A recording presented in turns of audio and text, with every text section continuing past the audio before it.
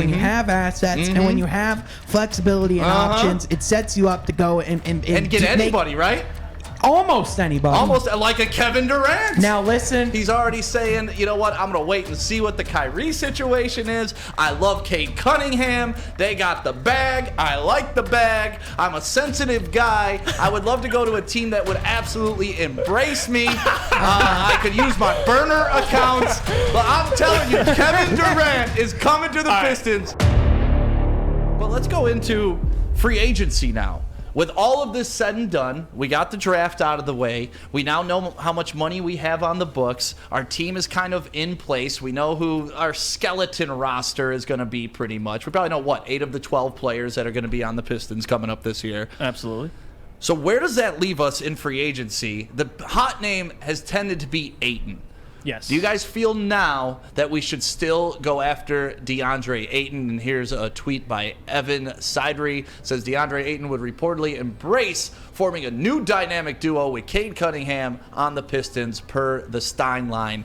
And I think that's pretty presumptuous for Ayton to say that he would be part of a dynamic duo. It's, some self-confidence, which I like. But this goes back to, once again, this could be potentially stacking a number 1 overall pick again on this roster. And now we're talking like 4 out of our 5 starters are top 5 picks. Yeah, and you hit on that point earlier. I think DeAndre Ayton, too, he's a arguably, you could call him, top 6 center in the NBA. Like, that's still impressive. And I don't think he's a finished product either. I mean, he played with Chris Paul and Devin Booker, but I think his role in Phoenix, it'd be way different than his role in Detroit. Right. He'd have much more an offensive, I guess you can call it load. I think he can get 20 and 10 a game. It really depends on how Troy wants to approach it. Do you see a better fit with Miles Bridges, or do you think there's something special there with DeAndre Ayton, and maybe how much time do you think Jalen Duren needs to get ready? So there's a lot of questions, and that's why I'm hoping my man Sean can answer them for me. What do you think, Sean? What about DeAndre Ayton, Miles Bridges? Yeah, absolutely. I think with DeAndre Ayton, one thing that we have to keep in mind is that Phoenix is very much looking and eyeing a sign and trade scenario this summer for Ayton. So I think if the Pistons are able to go after him and just skip that, bypass that, and get to an actual offer sheet, I think that's something where the Pistons are very much in play. Once the Suns are starting to look for some assets, and once the Pistons actually have to give up a little bit more, I think that's where they can back off and focus elsewhere, because I think with Jalen Duren, that just makes the need for the big man just be not necessarily as much there. I mean, like Jalen Duren's a guy who is going to be 19 when the season starts. He has a grown man's body. He's a guy that can come in and play for years to come. So that's why I really do feel like I'm shifting towards Miles Bridges. For one, if you look at the team fit right now, we need wings, we need forwards, we need guys who can push that pace and bring that intensity on the defensive end. And then, I mean, let's state the obvious. There's the hometown ties. Flint native, grew up and played at MSU. He's the hometown kid everyone would root for and buy his jersey day one. So it just makes too much sense in that regard. I mean, other than that, the team they need to get veterans. That's the number one thing. We need to get some guys who can help bring some leadership and some presence. Who is the one guy outside of Bridges that you think could be the gel for this team? Yeah, I mean, there's guys that are out there. Like I know one guy that's being out there, Malik Monk from the Lakers this past year, is a bucket getter, a guy who could go get some easy points, a guy you could bring in on like a 1-year contract. But that's the thing, after you get past these big names, the quality in the class very much changes. So right. the other thing that where I'm going, Jeff. So the other thing with free agency, the other thing about free agency is that this is also when trade season begins. So in my opinion, don't set him up, Sean. Sean doesn't even know he's setting me up, and he's setting me up. I'm just waiting. Go ahead, say it. No, keep going, baby. I like what you're saying. I like what you're saying, Sean. Keep going. I'll jump in when appropriate. The beauty with it is when you have salary cap, when you have assets, and when you have flexibility and options, it sets you up to go and get anybody, right? Almost anybody. Almost like a Kevin Durant. Now listen. Now here's. I'm talking. We have. Wait.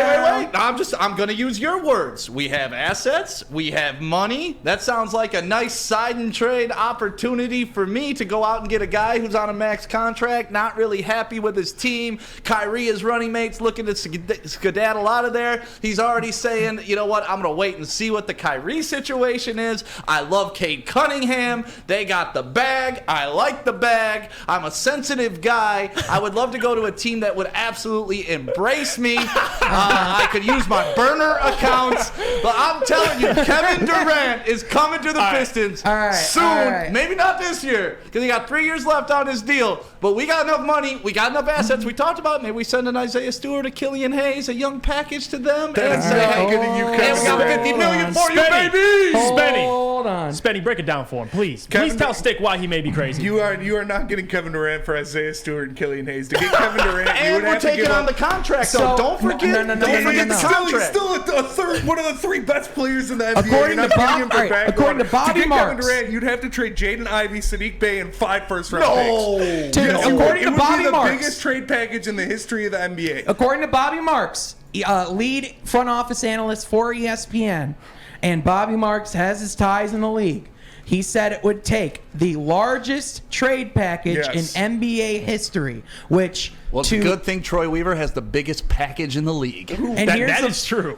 Do you want to go get a guy in his early to approaching mid-30s who tore his Achilles 2 years ago? His name is Kevin frickin' Durant. I want him. I love Kevin Durant. He's one of my favorite players of all time. The Durantula in Detroit Piston uniform? I would love it, but here's the thing. There's just more realistic options available. There's options where we don't have to give up as many assets, or really any assets at all, necessarily, if we go get a Miles Bridges or DeAndre Ayton. And also, be patient, because there's guys like Bradley Beal who are going to decide they might want out. There's going to be other guys throughout the league. We see Kyrie Irving forcing his way out of Brooklyn. I don't want Kyrie here. Well, I'm not saying we're getting Kyrie. What I'm saying is, I don't want another guard here. But what I'm saying is that you never know when a star can request a trade, because a contract means nothing these days. That's right. It's NBA players, for all intents and purposes, can enter the transfer portal. So what I'm saying is, don't tell me KD's locked up for 3 years. I don't want to hear that. I'm not saying KD. What I'm saying is it could be somebody else we're not even talking about right now. But Troy Weaver knows. And it has nothing to do with KD. To Stick's point, like, I get why people get so excited, because you have Troy Weaver, who has a relationship with Kevin Durant. Things are going wrong in Brooklyn.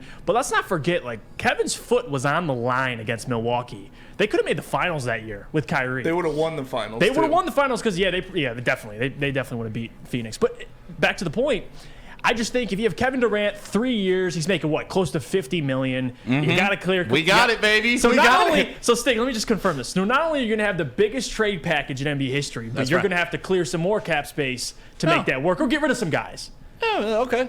That's fine, but think of our starting lineup. Cade Cunningham, it's deadly. Ivey, don't talk me into it. at the 3. Don't talk me into Bagley it. at the 4. When he's available, the thing is, Kevin Durant's I'll take Kevin Durant 50% of the time, and I didn't even throw Sadiq Bey's name out there. So let's put Sadiq Bey at the 3, Durant at the 4, and Bagley at the 5.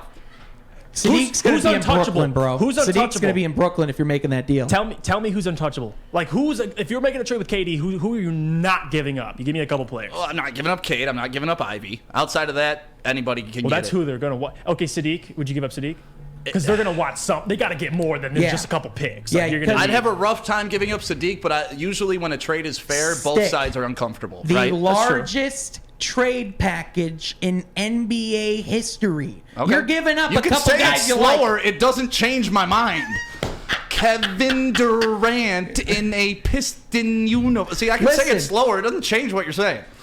It changed. Listen, man. I love the enthusiasm. I am one of the biggest Kevin Durant fans you'll ever meet. Apparently not. We are too. listen.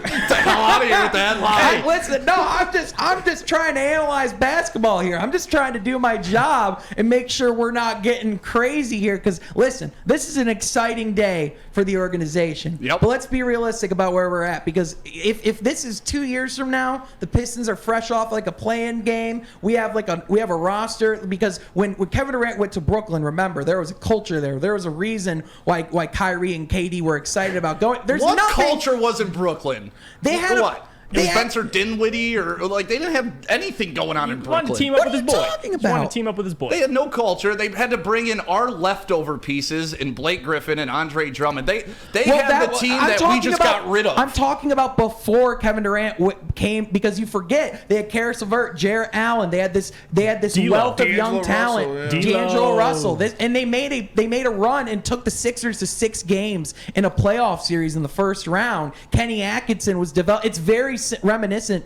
to the beginning days of what the Pistons were Jared building. Dudley. Yeah, exactly, man. There were some guys. I mean, yeah, Jared he's Dudley. just agreeing with anybody you Jared, throw out there. well, that one I was just like, that one just snuck by me, and I hear it. I'm like, wait a second. Yeah, see, you're proving I'm my like, point, Spence. well, because I Spencer's normally fishing. expect Spencer to have my back, and then he comes in with Jared Set your Dudley. ass up. Yeah, he really did, man. That was something.